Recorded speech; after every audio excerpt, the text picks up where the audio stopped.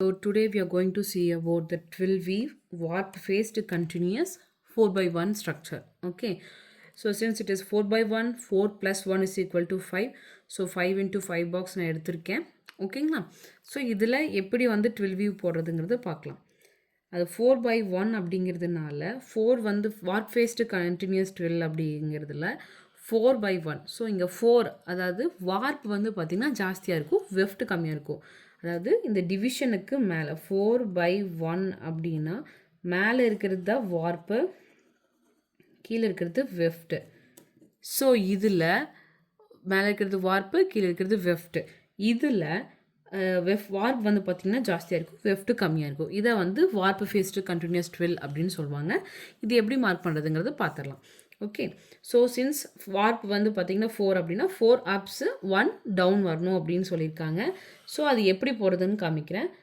1 2 3 4 இதுதான் வந்து பார்த்தீங்கன்னா 4 up and 1 down. Okay.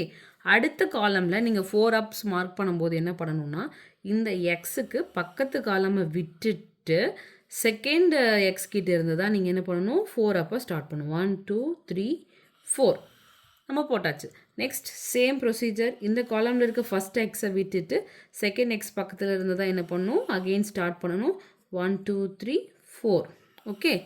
Next again இந்த இடத்துல வந்து பார்த்திங்கன்னா காலமில் ஸ்டார்டிங் பாயிண்ட் இது தான், இதோட செகண்ட் எக்ஸ் இது. ஸோ இதை வச்சு மார்க் பண்ணணும். பத்தாததுனால நான் என்ன பண்ணுறேன் கீழே போடுறேன். ஓகேங்களா.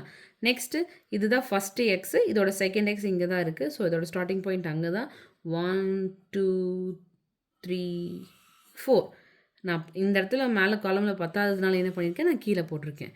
இதுதான் வந்து பார்த்திங்க அப்படின்னா design. we will call this as design 4 by 1 twill weave. Okay. இதில் நம்ம வந்து இப்போ we are going to do the naming ceremony. Okay. So இந்த ஃபர்ஸ்ட் காலம் வந்து 1 நேம் பண்ணுவோம். செகண்ட் காலம் மாதிரி வேறு இது இருக்க ஃபஸ்ட்டு காலம் கூட மேட்ச் ஆகுதா இல்லை, தேர்ட் காலம் ஃபஸ்ட் 2 கூட மேட்ச் ஆகுதா இல்லை, அதனால 3. இது ஃபோர்த் காலம் மேட்ச் ஆகலை, அதனால் அதுக்கு 4 நேம் பண்ணுறேன். ஃபிஃப்த்து காலம் மேட்ச் ஆகுதான்னு கேட்டால் இல்லை. ஸோ இது 5மே வேறு வேறு டிசைன்ஸ்.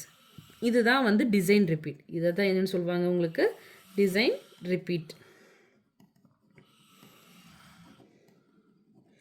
ஓகே. ஸோ இப்போ இதை வந்து என்ன பண்ணணும் அப்படியே எக்ஸாக்டாக நம்ம இந்த இடத்துல காப்பி பண்ணணும். அதுதான் வந்து கான்செப்ட். ஸோ 1 2 3 4 5 அந்த டிசைன்ஸ் 1லேருந்து 5 வரைக்கும் இருக்க அந்த டிசைன் அப்படியே இங்கே என்ன பண்ணணும் காப்பி பண்ணணும். அதுதான் பெக் plan. Okay.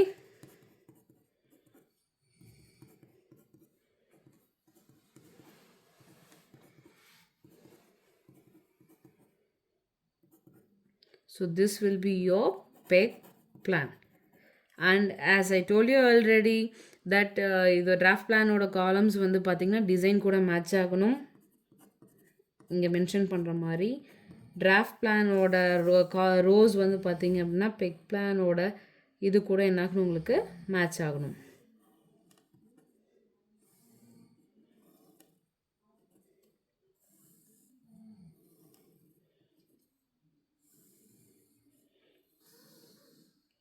as you can see in the picture. Okay. So இது என்ன ஆகணும் உங்களுக்கு மேட்ச் ஆகணும். ஸோ ட்வில் வீவ் அப்படிங்கிறதுனால நீங்கள் என்ன பண்ண முடியாது, எக்ஸாக்டாக வந்து இதுக்கும் ஸ்ட்ரைட் டிராஃப்ட் தான் தேவைப்படும். ஒரு சின்ன கான்செப்ட் இதில் நல்லா எலாபரேட்டாக பார்க்க போகிறீங்க.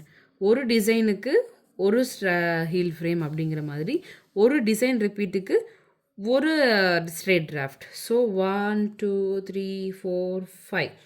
ஸோ 5 டிசைனுக்கு 5 ஹீல் ஃப்ரேம்ஸு ஒரு ஸ்ட்ரெயிட் டிராஃப்ட். ஓகேங்களா. இதுதான் வந்து ஸ்ட்ரக்சர். இதுதான் வார்ப் ஃபேஸ்டு கண்டினியூஸ் ட்வில்லோட design, peg plan and draft plan. Okay.